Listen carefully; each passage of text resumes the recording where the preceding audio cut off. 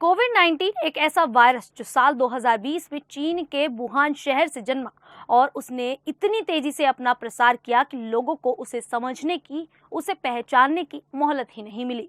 साल 2020 में कुछ ही समय में इस वायरस ने दुनिया के लगभग सारे देशों को अपनी पहुंच बना ली थी। एक अनजान खौफ पैदा करने वाला वायरस जो सांस लेने भर से शरीर में घुसपैठ कर लेता है और फिर लोगों को परेशान करता है। लोगों को लाचार और बेबस करने वाले इस वायरस ने हर बार अपना कहर ढाया है।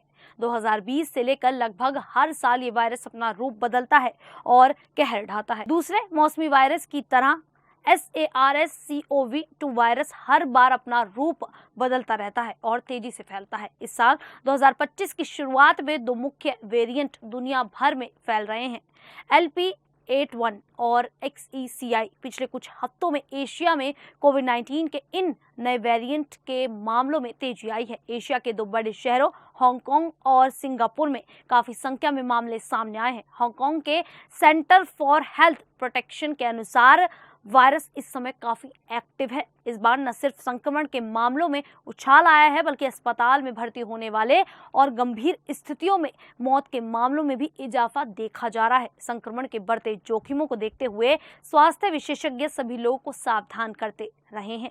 इस बीच धीमी गति से भारत में भी कोरोना ने फिर से दस्तक दे दी है। सोमवार यानी कि 20 मई को big boss face Shilpa Shirodkar संक्रमित पाई गई थी, जिसके बाद से सवाल उठने शुरू हो गए थे कि क्या भारत में भी हांगकांग, सिंगापुर की तरह खतरा बढ़ रहा है।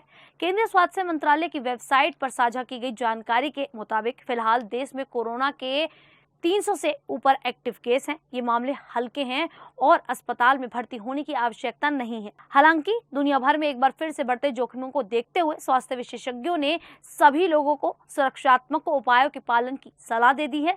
भारत में कोरोना की मौजूदा स्थिति पर नजर डालें तो पता चलता है कि यहाँ स्थिति काफी नियंत्रित है। सोमवार को स्वास्थ्य सेवा महानिदेशक की अध्यक्षता में राष्ट्रीय रोग नियंत्रण केंद्र, भारतीय आयुर्विज्ञान अनुसंधान परिषद और केंद्र सरकार के अस्पतालों के विशेषज्ञों की समीक्षा बैठक हुई। सूत्रों ने बताया कि सिंगापुर और हांगकांग में मामले तेजी से बढ़ रहे हैं। हम भारत में भी कोरोना की स्थिति पर गंभीरता से नजर बनाए हुए हैं। भारत में कोविड के हालात काबू में हैं और सभी केस हल्के लक्षण वाले हैं, इसीलिए घबराने की जरूरत नहीं है। सूत्रों ने बताया कि अस्पतालों को इन्फ्लुएंजा जैसी बीमारियों और सांस संक्रमण के गंभीर मामलों की निगरानी करने के लिए कहा गया है। केरल, महाराष्ट्र, तमिलनाडु में सबसे ज्यादा मामले सामने आए हैं। 12 मई के बाद से केरल में 69 सबसे ज्यादा नए मामले सामने आए हैं। इसके बाद महाराष्ट्र में 44 और तमिलनाडु में 34 का स्थान है। लेकिन शुक्रवार को गुजरात के अहमदाबाद में 20, उत्तर प्रदेश में 4, हरियाणा में 5 और बेंगलुरु में 9 महीने का एक बच्चा कोरोना पॉजिटिव पाया गया। इस तरह देश में अब तक कोरोना के 312 एक्टिव केस हैं, 2 मौत हो चुकी हैं। उधर दिल्ली सरकार ने कोविड-19 को लेकर एडवाइजरी जारी की है। सरकार ने सभी अस्पतालों को कहा है कि वे बेड, ऑक्सीजन, दवाइयों और वैक्सीन की पूरी व्यवस्था रखें। दिल्ली के सभी अस्पतालों को निर्देश दिए गए हैं, हर पॉजिटिव कोविड सैंपल को जीनोम सीक्वेंसिंग के लिए लोकनायक अस्पताल भेजा जाए। सभी संस्थानों को अपनी report Delhi health data portal पर डेली अपलोड करनी होगी। ये एडवाइजरी ऐसे समय पर जारी की गई है जब पाकिस्तान, चीन, थाईलैंड और सिंगापुर जैसे देशों में कोरोना के मामलों में बढ़ोतरी देखी जा रही है। मुंबई के KEM अस्पताल में कोविड-19 से संक्रमित 2 लोगों की मौत की खबर है। दोनों ही मरीजों की स्वास्थ्य स्थिति गंभीर थी। एक मरीज को मुंह का कैंसर था, जबकि दूसरे को नेफ्रोटिक सिंड्रोम था। सूत्रों के मुताबिक दोनों की मौत कोविड-19 के बजाय उनकी पहले से मौजूदा बीमारियों के कारण हुई है। कोरोना की स्थिति पर देश के कई शीर्ष महामारी विशेषज्ञ डॉक्टरों ने कहा है, बुजुर्गों और कमजोर इम्यूनिटी वाले लोगों में संक्रमण का खतरा अधिक हो सकता है। ऐसे लोगों के लिए कोविड उपयुक्त व्यवहार का पालन करना ही एकमात्र सावधानी है। हाथ की स्वच्छता बनाए रखना, मास्क पहनना और भीड़ भाड़ वाली जगहों से बचना चाहिए। शीर्ष महामारी विशेषज्ञ डॉक्टर ने बताया कि फिलहाल दुनिया भर में ओमिक्रॉन और इसके सब वेरिएंट्स के मामले ही देखे जा रहे हैं। भारत के पास ओमिक्रॉन के लिए एक प्रभावी वैक्सीन है, जेमकोवैक 19। इसे पुणे स्थित जोनोवा बायो फार्मास्यूटिकल द्वारा विकसित किया गया है। जरूरत पड़ने पर इसके उत्पादन को बढ़ाया जा सकता है। हालांकि अभी तक कुछ भी नया या चिंताजनक नहीं है। सिंगापुर, हांगकांग में मुख्य रूप से LP81 वेरिएंट के कारण लोग संक्रमित हो रहे हैं। ये ओमिक्रॉन का ही एक रूप है। ओमिक्रॉन और इसके कई सब वेरिएंट्स ही पिछले 2 साल से दुनिया भर में फैलते रहे हैं। शीर्ष महामारी विशेषज्ञ डॉक्टरों का कहना है कि ताजा मामलों में उछाल के लिए किसी नए वेरिएंट को जिम्मेदार नहीं पाया गया है। ओमिक्रॉन के सब वेरिएंट ही अलग अलग देशों में संक्रमण के मामलों के लिए जिम्मेदार माने जा रहे हैं। LP81 के साथ वर्तमान में LF7 और NBI8 दोनों JN.1 वेरिएंट का म्यूटेंट स्वरूप है, जो प्रमुखता के साथ देखा जा रहा है, जो 2/3 से अधिक के लिए जिम्मेदार है।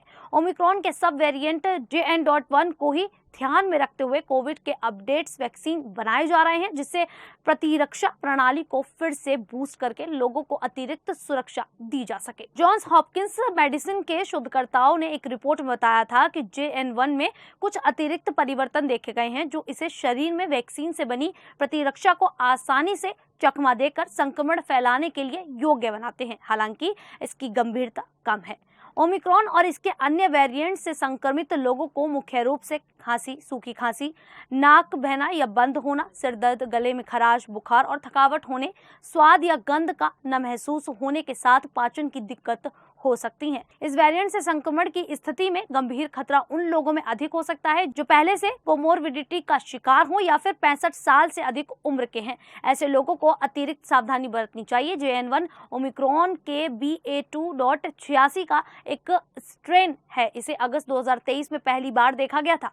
दिसंबर 2023 में विश्व स्वास्थ्य संगठन ने इसे वेरिएंट ऑफ इंटरेस्ट घोषित किया। इसमें करीब 30 म्यूटेशंस हैं जो इम्यूनिटी को कमजोर करते हैं। अमेरिका के जॉन्स हॉपकिंस यूनिवर्सिटी के अनुसार JN.1 पहले के वेरिएंट की तुलना में ज्यादा आसानी से फैलता है, लेकिन ये बहुत गंभीर नहीं है। ये दुनिया के कई हिस्सों में सबसे आम वेरिएंट बना हुआ है। JN.1 वेरिएंट के लक्षण कुछ दिनों से लेकर हफ्तों तक भी रह सकते हैं। अगर आपके लक्षण लंबे समय तक बने रहते हैं तो हो सकता है कि आपको लंबे समय तक रहने वाला कोविड हो। यह एक ऐसी स्थिति है जिसमें कोविड-19 के कुछ लक्षण ठीक होने के बाद भी बने रहते हैं। आप सभी को ये जानकारी आने वाले समय में हो सकता है कि काफी ज्यादा काम आए, इसलिए अगर आप लोगों की कोई राय हो तो आप हमें कमेंट बॉक्स में जरूर बताएं। फिलहाल अभी के लिए इतना ही, फिर हाजिर होंगे ऐसी ही देश और दुनिया से जुड़ी बड़ी खबरों के साथ। तब तक के लिए देखते रहिए द न्यूज़ 15।